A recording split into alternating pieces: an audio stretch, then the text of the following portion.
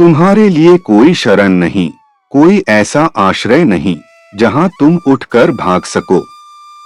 इस युग में कोई ऐसा व्यक्ति नहीं जो तुम्हें सुरक्षा या संरक्षण प्रदान कर सके, जो तुम्हें प्रभु के रोष से बचा सके, जब तक कि तुम उसके प्रकटीकरण की शरण में नहीं आ जाते। इस युवा रूप में उस प्रभु का प्रकटीकरण हुआ है।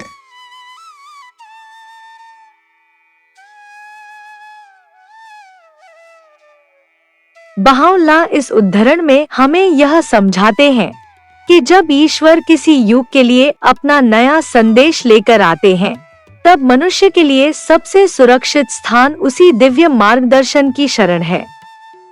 यहाँ शरण का अर्थ किसी भौतिक स्थान या व्यक्ति से नहीं है, बल्कि ईश्वर के प्रकटीकरण को पहचानना, उसकी शिक्षाओं को स्वीकार करना और उनके अनुसार जीवन जीना है।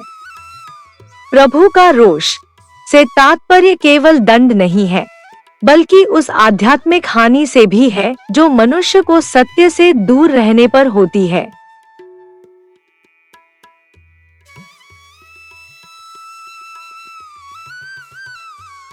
जब कोई व्यक्ति ईश्वर के नवीन संदेश को अस्वीकार करता है, तो वह स्वयं को उस प्रकाश, मार्गदर्शन और आध्यात्मिक उन्नति से वंचित कर लेता है जो उस युग के लिए प्रदान की गई है।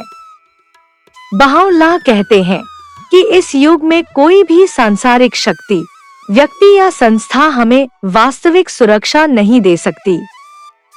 सच्ची सुरक्षा केवल ईश्वर की शिक्षाओं में है, ऐसी शिक्षाएं जो मानवता की एकता, न्याय, प्रेम, सेवा, सत्य और विश्व शांति का मार्ग दिखाती है। इसलिए यह उद्धरण हमें भयभीत करने के लिए नहीं, बल्कि प्रेम पूर्वक आमंत्रित करने के लिए है कि हम पूर्वाग्रहों से ऊपर उठें, सत्य की स्वतंत्र खोज करें और बहाउल्लाह के दिव्य संदेश को पहचानकर अपने जीवन को आध्यात्मिक मूल्यों से प्रकाशित करें।